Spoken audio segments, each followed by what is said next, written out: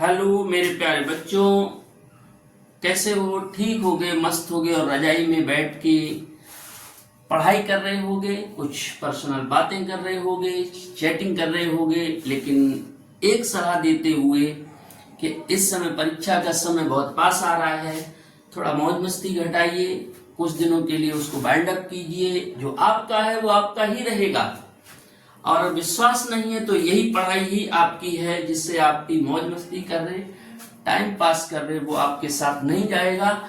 जाएगी तो सिर्फ परीक्षा के दरमियान होने वाली पढ़ाई। इसलिए एक अच्छी सलाह देते हुए कि अभी समय बहुत ज्यादा नहीं है, इसलिए कुछ महत्वपूर्ण प्रश्नों की सीरीज को चला रहे हैं, इनको आप पढ़ते रहिए। कोई भी प्रश्न आपको पढ़ना है, समझना है, उसके लिए हमें कमेंट करके बताइए और हम आपके लिए वो चीज लेके आएंगे। आपकी बेहतर तैयारी में आपका पूर्ण सहयोग करेंगे और जो प्रश्न आपके 2025 बोर्ड परीक्षा के लिए महत्वपूर्ण होंगे, उनके लिए सीरीज हम लेके आएंगे। आज हम आपको एक ऐसा प्रश्न दे रहे हैं जो लगभग आप ऐसे समझ लीजिए कि परीक्षा में 3 या 5 नंबर, जब ये 3 नंबर में आएगा तो केवल डेरिवेशन आएगा, और 5 में अगर आता है तो इसके साथ में एक छोटा सा सवाल द्विध्रुव आघूर्ण का संलग्न में मिलेगा, इसके साथ ज्वाइंट में मिलेगा। लेकिन बहुत अच्छा डेरिवेशन है, बिल्कुल भी स्किप मत कीजिए, बिल्कुल भी देर मत कीजिए और रट डालिएगा। आइए चलते हैं। हमारा प्रश्न है, एक समान वैद्युत क्षेत्र में रखे एक वैद्युत द्विध्रुव के वलिगुण का आघूर्ण। तो बच्चों देर न करते हुए सीधा पॉइंट पे चलते हैं। पहला हमारा क्या लिखा है? एक समान वैद्युत क्षेत्र। वैद्युत क्षेत्र का मतलब बेटा ऐसा होता है कि जिसमें हम लोग क्या कहते हैं कि बल रेखाएं चल रही हैं। क्या चल रही हैं? बल रेखाएं। तो ये हमारी बल रेखाएं हो गई, ये बल रेखाएं हैं। बल रेखा का मतलब हो गया वैद्युत क्षेत्र की दिशा बताती है कि वैद्युत क्षेत्र किधर जा रहा है। और अगर आपने पढ़ा होगा, नहीं पढ़ा तो उसके लिए हम हैं, बल रेखाएं मीन्स वैद्युत क्षेत्र की दिशा। वैद्युत क्षेत्र की दिशा एक सदिश राशि है। जो ये रेखा ये बता रही है कि धन से बल रेखा चल रही है, ऋण की ओर जा रही है, क्योंकि वैद्युत क्षेत्र की दिशा क्या है? धन आवेश से ऋण आवेश की ओर। तो धन आवेश से ऋण आवेश की ओर जा रही है। फिर उसमें बेटा रख दिया एक हमने वैद्युत द्विध्रुव। तो बेटा देख लीजिएगा, ये हमारा हो गया है एक वैद्युत द्विध्रुव। एक वैद्युत द्विध्रुव ये हो गया।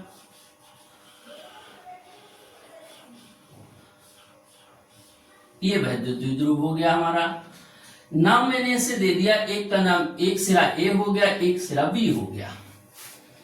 और इसकी जो लंबाई है उसे हम लोग 2l मानते हैं। वो 2l केवल इस वजह से मानते हैं कि जब हम कभी इसके मध्य बिंदु से दूरी निकालते हैं तो आधा करने पे 1/2 जब सॉल्व करेंगे तो थोड़ा प्रॉब्लम रहता है, इसलिए 2 मल्टीपल में लिया जाता है। अब बेटा एक बात हम आपको बता दें कि इसमें किस ए सिरे या बी सिरे में से किसको प्लस चार्ज दिया जाएगा, किसको माइनस चार्ज दिया जाएगा। क्योंकि बहुत से हमने देखा कि ये बताने की कोशिश करते कि रख दिया ये प्लस ये माइनस, लेकिन ये बात नहीं पता है कि ये देखने की कोशिश कि किस सिरे को प्लस दिया जाए। तो बेटा हम इस जैसे ये हमने क्या किया, अगर हम मान लेते कि इससे हमने ऋण चार्ज दे दिया, ऋण चार्ज जब दे देंगे या यूं कहते हैं कि ऋण माइनस का क्यू आवेश दिया और बल रेखा कहां जा रही? माइनस की ओर। ये जो माइनस सिरा है इसे आपने माइनस दे दिया तो प्रतिकर्षण करेगा, ये सिरा ऐसे घूमने के बजाय उल्टा घूमेगा। तो ये इस तरीके से न रखने के बजाय फिर ऐसा हो जाएगा। तो इसके लिए हम और इसे अगर प्लस दे देंगे, इसे प्लस और ये सिरा प्लस है, तो दोनों प्रतिकर्षण करेगा, प्रतिकर्षण करेगा। होना ऐसे चाहिए कि जब ये बेटा हम यहाँ पे प्लस क्यू ले लेंगे तो प्लस माइनस की ओर अट्रैक्ट होगा। इसके लिए जो बल लगेगा, ये जो बल लगेगा हमारा प्लस क्यू चार्ज के लिए, प्लस क्यू चार्ज के लिए ये जो बल लगेगा, ये बल F, ये जो बल F लग रहा है उसकी वैल्यू को लिखा जाएगा प्लस क्यू ई, क्योंकि जब प्लस सिरा लिखा है और ये सिरा बता रहा है माइनस क्षेत्र को, तो प्लस किधर जाएगा? माइनस की ओर जाएगा। इसलिए इसकी बल रेखा जो वैद्युत क्षेत्र जो बल है हमारा इस दिशा में अट्रैक्ट रहता। इस पर जब हम माइनस क्यू लिखेंगे तो माइनस क्यू किधर जाएगा, प्लस की ओर जाएगा, तो इस पर जो लगने वाला बल है वो इधर की ओर माइनस क्यू ई कहलाएगा। तो अब ये हमने देखा कि हमारा जो द्विध्रुव है वो वैद्युत क्षेत्र के साथ में कितना कोण बना रहा है, थीटा कोण बना रहा है। थीटा कोण बनाए जब भी कोई भुजा तिरछी रखी होती है, ये भुजा इस वैद्युत क्षेत्र में बलयुग्म जो द्विध्रुव है वो तिरछा रखा हुआ है। तिरछा का मतलब ये हो गया तिरछा घटक, और तिरछा घटक कहलाता कर्ण।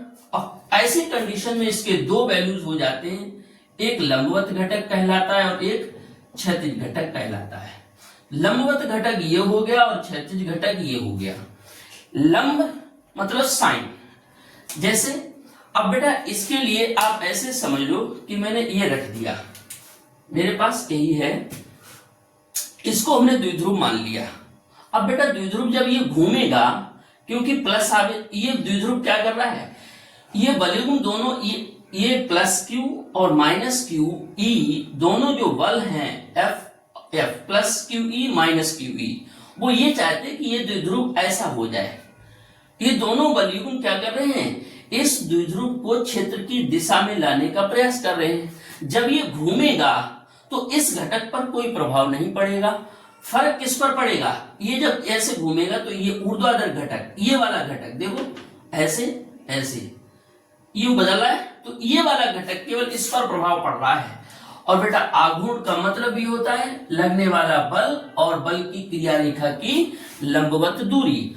बेटा लंब आता है साइन में, साइन थीटा बराबर रहता है लंबवटे कर्ण, और कॉस थीटा आता है आधार मींस आधार में कॉस, और कर्ण दोनों के साथ रहता है, कर्ण दोनों के साथ रहता है, 2l का मल्टीप्लाई कर दिया। क्षैतिज घटक याद रखना चाहिए, क्षैतिज घटक होता है, क्षैतिज घटक जिसे हम लोग कहते हैं आधार, और आधार के लिए हो जाता है कॉस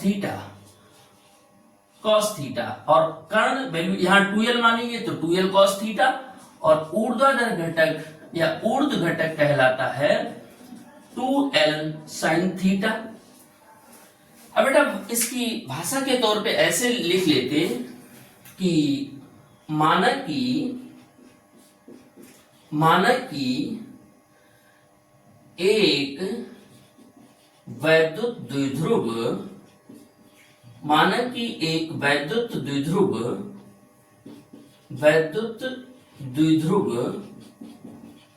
ए बी,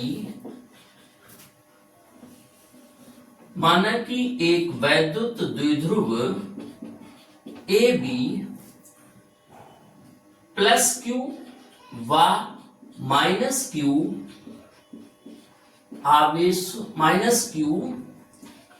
आवेशों से बना है। यह वैद्युत क्षेत्र ई में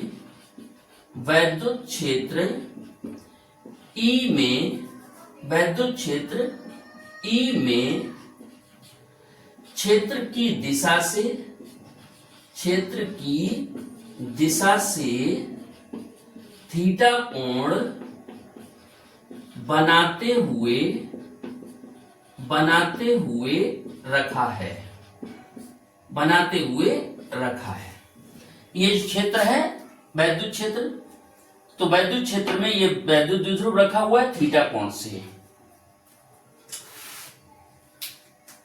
जिस पर इस द्विध्रुव पर प्लस क्यू व माइनस क्यू आवेशों के कारण एक बलयुग्म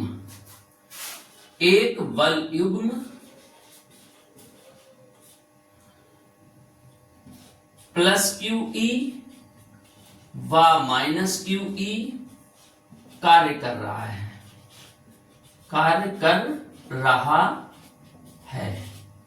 यह द्विध्रुव को क्षेत्र की दिशा में, क्षेत्र की मतलब ये जो ऐसा रखा हुआ है इसे ये दोनों ये चाह रहे ये दोनों बल कि ऐसा हो जाए, क्षेत्र द्विध्रुव को क्षेत्र की दिशा में घुमाने का प्रयास करते हैं, घुमाने का या यूं कह दें कि लाने का प्रयास करते हैं। इस बलयुग्म को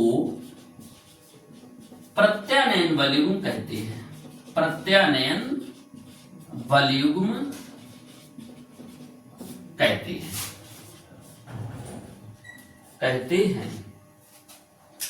तो ये बेटा प्रत्यानयन बलयुग्म हो गया। प्रत्यानयन का मतलब होता है माध्य स्थिति की ओर लाना, इसकी माध्य स्थिति है वैद्युत क्षेत्र की दिशा में। अब हमने क्या किया,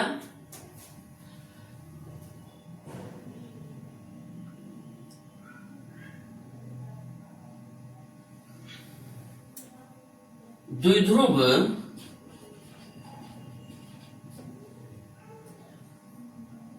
का लंबवत घटक 2l sin थीटा है।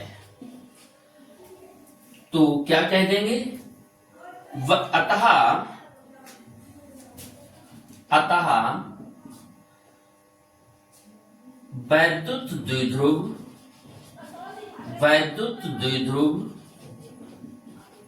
पर लगने वाले बल युग्म का आघूर्ण, लगने वाले बल युग्म का आघूर्ण टाउ बराबर, सूत्र ये हो जाएगा टाउ बराबर बल गुणे बल की क्रिया रेखा की लंबवत दूरी। तो बेटा टाउ बराबर आ जाएगा, बल हो गया चाहे इसको लो चाहे इसको, दोनों वैल्यू बराबर है, तो F into 2l sin theta. Tau बराबर F की वैल्यू हो जाएगी QE into 2l sin theta. Tau बराबर Q इंटू 2l एक साथ कर लिया, E sin थीटा। चूंकि जो P होता है द्विध्रुव आघूर्ण उसे कहते हैं Q इंटू 2l, इसे बोलते हैं, ये कहलाता है हमारा द्विध्रुव आघूर्ण, वैद्युत द्विध्रुव आघूर्ण, वैद्युत द्विध्रुव आघूर्ण कहलाता है। तो इसकी जगह हमने लिख दिया टाउ बराबर P E sine theta, tau बराबर पी ई साइन थीटा। यहां तक ये मेन समीकरण सूत्र हो गया फाइनल। लेकिन अगर हम ये समझना चाहें कि इसमें अधिकतम कब घूमेगा, सबसे ज्यादा, यहां से ऐसे रखा तो ये मुश्किल से 30 डिग्री के आसपास घूमेगा, तो ये बराबर हो जाएगा।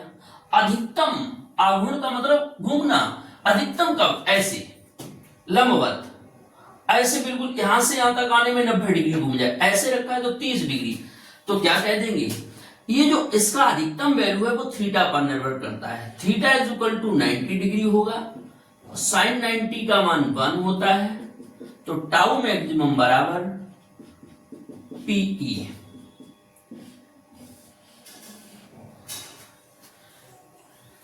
ये बेटा बहुत इंपॉर्टेंट डेरिवेशन है, इसको आप कंप्लीट करिए 3 या 5 नंबर के लिए। उम्मीद करते हैं ये निगमन, ये डेरिवेशन आपको बहुत अच्छा लगेगा, समझ में आएगा। वीडियो पसंद आए तो लाइक करें, शेयर करें और सब्सक्राइब करें, और यूं ही हमारा साथ बनाए रखें। आपके लिए हम अच्छे अच्छे क्वेश्चंस की सीरीज लाते रहेंगे। कल हम आपको 1 शॉट देंगे गॉस की प्रमेय वाले चैप्टर का। Thank you and have a nice day.